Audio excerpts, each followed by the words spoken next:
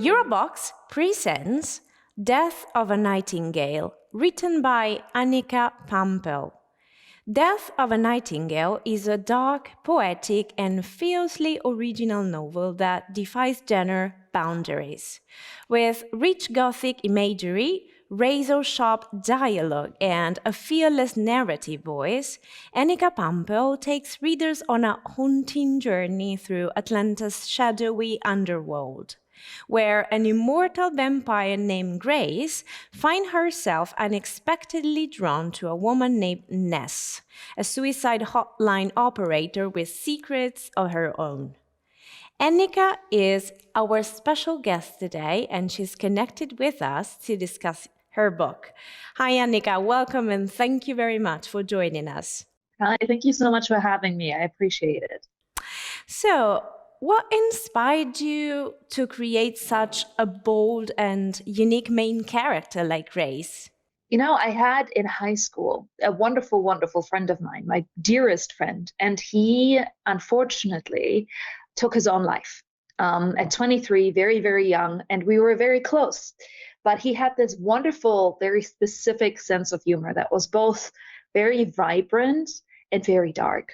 And I wanted to capture that. I wanted to capture the light and the darkness, right? How you can be glowing with so much life while you're in the middle of depression. And in order to talk about something so dark and so specific, something that we all struggle with, especially as the world is, burning in different ends, I wanted to make it into something escapist that anybody can read, that anybody can sort of relate with, but also find funny in the darkness of its topics. So I took the most escapist theme I could think of and made it about a vampire. And a lot of him is in that book, in every other line, really. So this novel blends a lot of different elements: poetry, horror, romance, social issues. Did you plan this mix from the beginning, or did it evolve naturally?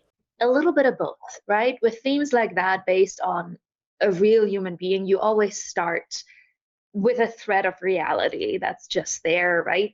And some of his deepest struggles are in different characters within the book, but the poetry evolved, right? I read a lot. I take a lot of things as research on my desk. My desk is full of research right now.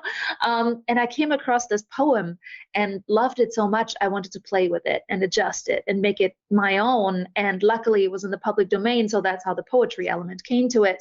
And some of the social issues, they're prevalent. They're so prevalent.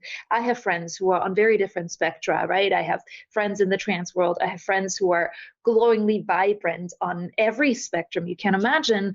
And those are the people who call suicide hotlines. I did a night at the Trevor Project here in Los Angeles and got a feel for who calls and why.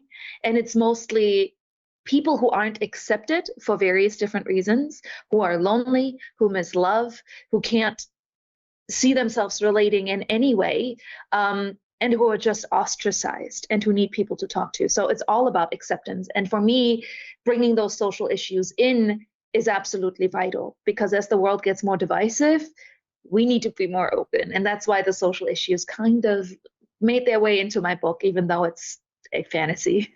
Interesting.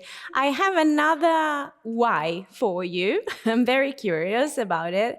How did you come up with the idea of setting this immortal love story in the present day Atlanta?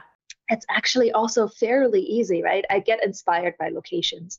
And I did my graduate degree in Savannah, Georgia, which is just on the road from Atlanta, and then lived for a short time in Atlanta, also worked there, and got to know the city a little bit different, right? I'm a romantic. Any city I'm in, I'll see pieces that are really great, that are beautiful. And I'm like, oh, this could be something here, or this could be something really cool over there. And in Atlanta, it has this very strange mix that's a little metropolis, right? Fritz Lang, old school expressionist film with very modern elements. And it has a diversity that's both stark and very beautiful. And I wanted to bring that in together, because how we experience vampire stories most of the time is through historical pieces, Bram Stoker, these are the rules, this is what's happening. But vampirism originally came from old Greece, right? We had people that didn't understand decomposition of bodies and nailed the corpses to essentially the wood of the coffin. And I wanted to play with scientific ideas in a very modern way. And Atlanta has such a good history because it's a modern city, it's not very old, but it comes from other things that are a little bit mysterious, that burned down before, that has a lot of indigenous history before that. So I wanted to play with all of that and bring the European influences into it. Wow. Considering everything that you just said, if readers could take away one feeling or one message from the reading of this book, what would you hope it is? Being present. You know, those moments, those little moments that you have with people when they're gone, and those that you remember, you want to be really, truly there for those. You know, I remember my friend very, very well. And I remember the adventures we had as kids now, right? It was high school. But I am so, so glad and grateful that I was present, truly present for those moments. And we do that less and less, even as adults, as young adults, right? We're on our silly phones, we're on screens, we're on one screen while we're on another screen, and we miss those moments, all of them. And that's something that if you can take away one message, that's the one. I love it. Thank you, Annika. Thank you again for the time of this little chat, and we want to wish you best luck with your book. Thank you so much. Thank you for having me. It was a pleasure. This book isn't just about death and immortality. It's about survival, trauma, healing, and the strange, beautiful bond that can form between two broken souls. With lyrical prose, dark humor, emotional depth, Death of a Nightingale is a compelling modern fairy tale for fans of dark fantasy, queer romance, and feminist anti-heroes. Death of a Nightingale, written by Annika Pampel, is now available in bookstores and digital platforms. It's a publication by Eurobox.